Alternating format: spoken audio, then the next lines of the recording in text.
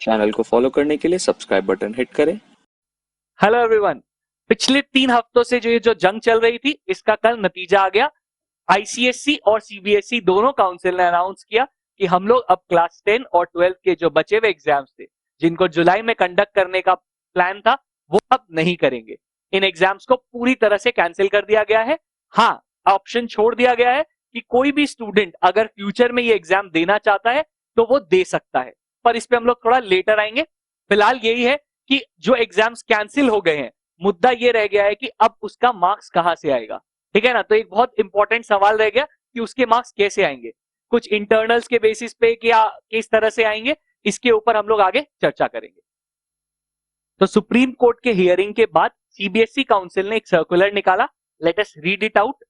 सो circular का पहला point तो यही दिया हुआ है कि examination for class 10 and 12 which were scheduled from 1 July to 15 2020 stand cancelled. So basically exams cancel हो गए हैं। खैर ये न्यूज तो हमारे पास कल ही आ चुकी थी। Results based upon the therefore said assessment scheme. तो नीचे एक असेसमेंट स्कीम दिया हुआ है जिसके ऊपर हम लोग आगे डिस्कस करेंगे। shall be declared by 15 July 2020 so that the candidates can apply and seek admissions in higher education institutions in India and abroad based thereon. So basically 15 जुलाई तक आपके रिजल्ट आ ही जाएंगे। होपफुली 1-2 दिन इधर उधर हो सकता है, बट चांसेस बहुत कम है। However, class 12 CBSE will conduct an optional examination in the subjects whose examination were scheduled to be conducted from 1st July to 15 July 2020 as soon as the conditions are conducive as assessed and decided by the central government. तो central government decide करेगा कि आप ये exams conduct कर सकते हो या नहीं। और फिर फ्यूचर में जिन स्टूडेंट्स ने ऑप्ट किया है, जिन कैंडिडेट्स ने ऑप्ट किया है कि मैं ये एग्जाम वापस देना चाहता हूं या देना चाहती हूं, तो वो लोग वापस दे सकते हैं। So candidates whose results will be declared based on the assessment scheme will be allowed to appear in these optional examination to improve their performance if they wish so. अगर तुम अपनी इच्छा से चाहोगे कि मेरे को वापस एग्जाम देना है तो ही अलाउड है, कोई तुमको फोर्स नहीं कर रहा है। However, the marks obtained by a candidate in these optional examination will be treated as final for those who have opted to take this examination. पहला तो चीज कि क्लास 10 के लिए एग्जामिनेशन नहीं रखा गया है, सिर्फ और सिर्फ क्लास 12 को ही ये ऑप्शन दिया गया है। दूसरा चीज बोला कि जो स्टूडेंट देना चाहता है वो सिर्फ अपनी इच्छा से देना चाहता है, उन्हीं को अलाउ करेंगे, कोई फोर्स नहीं है कि हर स्टूडेंट को देना पड़ेगा। थर्ड चीज ये बोला है कि अगर आप ये एग्जाम देना चूज करते हो तो ये इसमें जो मार्क्स आएंगे वो ही फाइनल होंगे।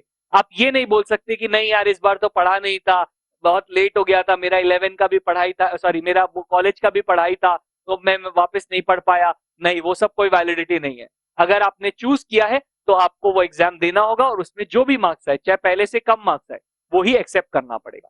और अगर आपने नहीं दिया और जो मार्क्स आपने एक्सेप्ट किया तो वो वेल एंड गुड है। अब मुद्दा आता है कि इसको कब तक अलाउ करेंगे, मतलब इन द सेंस किसी का मन में है वो अगले साल बोलेगा यार मेरा मार्कशीट तो खराब लग रहा है, मेरे एक सब्जेक्ट में कम मार्क्स आया या 2 सब्जेक्ट में कम मार्क्स आया, तो मैं एक बार ऑफर करता हूं, मैं फिर से सीबीएसई बोला था कि वो वापस दे सकते हैं, तो मैं सीबीएसई को बोलता हूं मेरा एग्जाम ले लो। अब ऐसे 1-2 बच्चों लोग के लिए ऐसा तो कारनामा किया नहीं जा सकता है।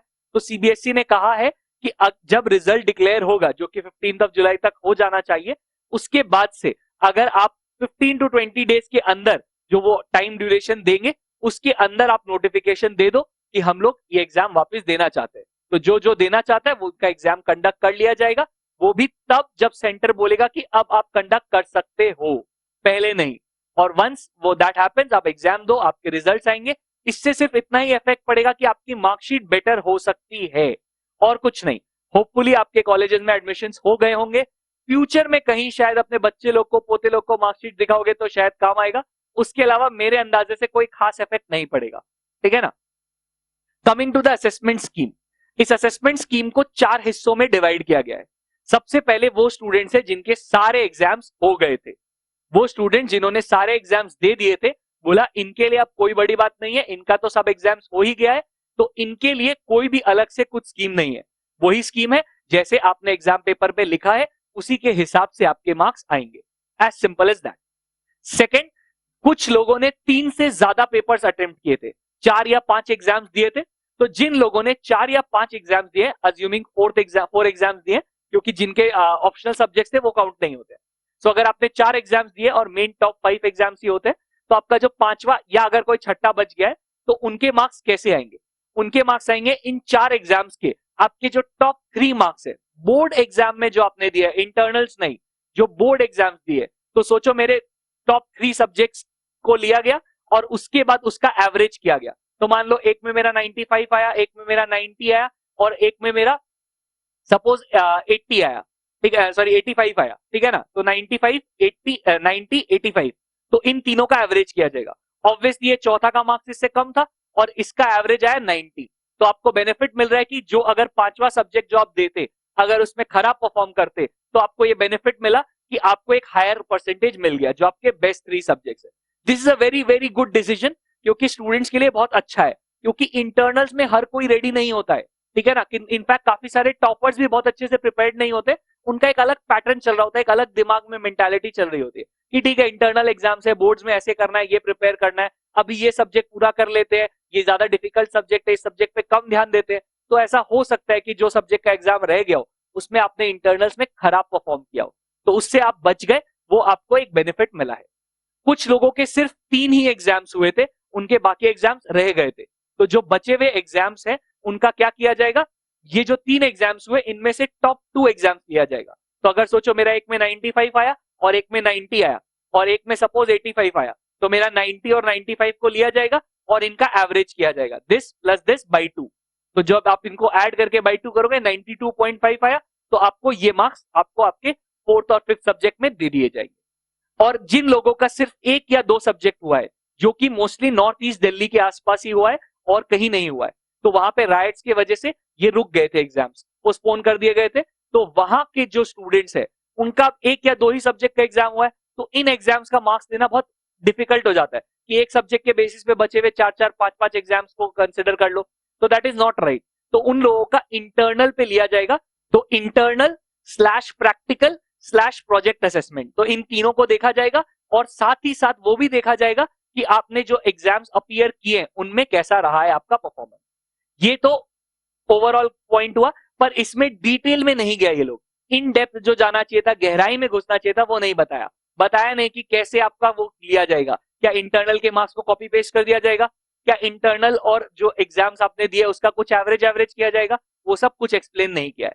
तो वो सब बोला हम लोग देख लेंगे, ठीक है ना। तो सीबीएसई की यही कहानी रही है। ओवरऑल उन्होंने काफी एक अच्छा स्टूडेंट फ्रेंडली शेड्यूल सिस्टम बनाया, असेसमेंट पॉलिसी बनाया, जो कि बहुत ही अच्छा है। हम लोगों को पहले उम्मीद था कि आईसीएसई भी यही पॉलिसी फॉलो करेगा, पर आईसीएसई ने ऐसा नहीं किया। आईसीएसई ने कहा कि हमारी जो पॉलिसी होगी, आज के हियरिंग में आईसीएसई ने कहा कि हमारी जो ये असेसमेंट पॉलिसी होगी ये सीबीएसई से थोड़ी डिफरेंट रहेगी। हालांकि पहले आईसीएसई ने कहा था कि सीबीएसई ने जैसे एग्जाम कैंसिल किए हम लोग भी कर रहे हैं, तो ऐसा लग रहा था कि सीबीएसई को पूरा फॉलो करेगा आईसीएसई, पर आईसीएसई ने मना कर दिया। आईसीएसई ने बोला हमारी पॉलिसी थोड़ी डिफरेंट रहेगी, तो वो लोग अपने एक हफ्ते, अभी से 1 हफ्ते के ड्यूरेशन में वो लोग अपना जो ये पॉलिसी है वो अपने वेबसाइट पे पब्लिश कर देंगे। पर 29 के पहले उनको बॉम्बे हाई कोर्ट में भी ये पॉलिसी एक्सप्लेन करनी पड़ेगी। उन्हें कहा गया है कि आप अपलोड करने से पहले हमें ये पॉलिसी एक्सप्लेन भी करो। सो ऑब्वियसली ये पॉलिसी एक्सप्लेन होगी, इस पे शायद कुछ डिबेट हो शायद ना हो, पर मुझे लगता है ज्यादा जनरली एक्सेप्ट हो जाएगी पॉलिसी। तो काफी एक इतना बड़ा काउंसिल है, काफी फेयर बनाएगा। अभी पॉइंट यही है कि आईसीएसई काउंसिल ने सारे इंटरनल्स के मार्क्स लिए हैं, ऑलरेडी कलेक्ट कर चुके हैं। ये स्टूडेंट्स ये स्कूल से वापस एक बार रिकलेक्शन प्रोसीडियर भी थोड़ा बहुत इनिशिएट किया गया है, सो ताकि एक रीचेक हो जाए। बट अब वो क्या करेगा, ज्यादा चांसेस यही लग रहा है कि वो लोग भी इंटरनल्स पे फोकस देगा। साथ ही साथ आईसीएसई काउंसिल ने ये भी पहले ऑप्शन नहीं दिया था कि हम लोग कोई भी एग्जाम री एग्जाम लेंगे, बोला बस खत्म हो गया, झमेला खत्म करो, नहीं लेना खत्म करो एग्जाम। नहीं, बोला नहीं, हम लोग फिर से एक ऑप्शन दे रहे कि जब माहौल ठीक हो जाएगा तो हम स्टूडेंट्स को एक ऑप्शन देंगे कि आप अपना वापस एग्जाम दे सकते हो, अगर आपको अपना मार्कशीट बेटर करना है तो। वही सेम सिनेरियो, रेयरली कोई देना चाहेगा। ऐसे भी 50% स्टूडेंट्स पहले ही ये चाहते थे कि हम लोग एग्जाम ना दे, हमारे इंटरनल्स ऐसे ही ले लो, और अब तो वैसे भी एग्जाम्स कैंसिल हो गए, तो there is a very least chance कि कोई 5-10% स्टूडेंट्स देंगे, बाकी कोई नहीं देना चाहेगा। इन लोगों को भी बहुत लंबा टाइम नहीं दिया जाएगा और इनके रिजल्ट्स भी 15 जुलाई तक आ जाएंगे। तो after the publishing of the result देखा जाएगा, ज्यादा टाइम नहीं जाएगा, होपफुली 15 to 20 डेज। इस 15 to 20 डेज के बीच में ही आपको डिसाइड करना पड़ेगा कि आप फ्यूचर में ये री एग्जाम दोगे कि नहीं। वो कब होगा, कहाँ होगा, कैसे होगा नहीं पता, पर जब भी होगा आप ये देना चाहते हो कि नहीं देना चाहते हो। तो अगर आप देना चाहते हो तो आपको वो रहेगा कि फ्यूचर में आपका मार्क्स चेंज होगा। अब वो चेंज अच्छा जाएगा कि खराब जाएगा कुछ नहीं बोल सकते। तो ये बहुत कम स्टूडेंट्स है जिनका इंटरनल बहुत ही खराब आया है, उन लोग शायद अटेम्प्ट कर सकते हैं, बट चांसेस बहुत कम है। सो वंस आईसीएससी भी डिसाइड कर लेता है कि वो अपना क्या प्रोसीडियर फॉलो करेगा और किस तरह से वो अपना मेथोडोलॉजी डिस्क्लोज करेगा, तो हम लोग फिर आएंगे, फिर डिस्कस करेंगे कि मेथोडोलॉजी अच्छी है कि खराब है।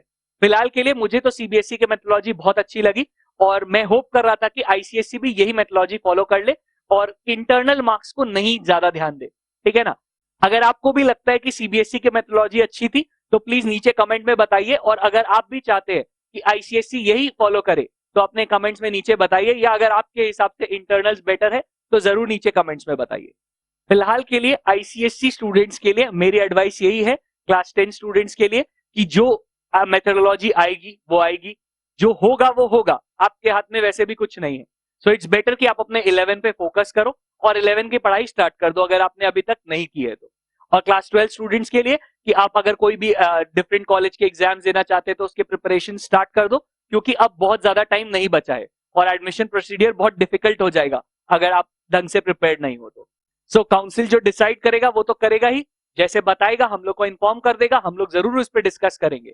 लेकिन अभी फ्यूचर भी बहुत इंपॉर्टेंट है, तो अपना पढ़ाई स्टार्ट कर दो।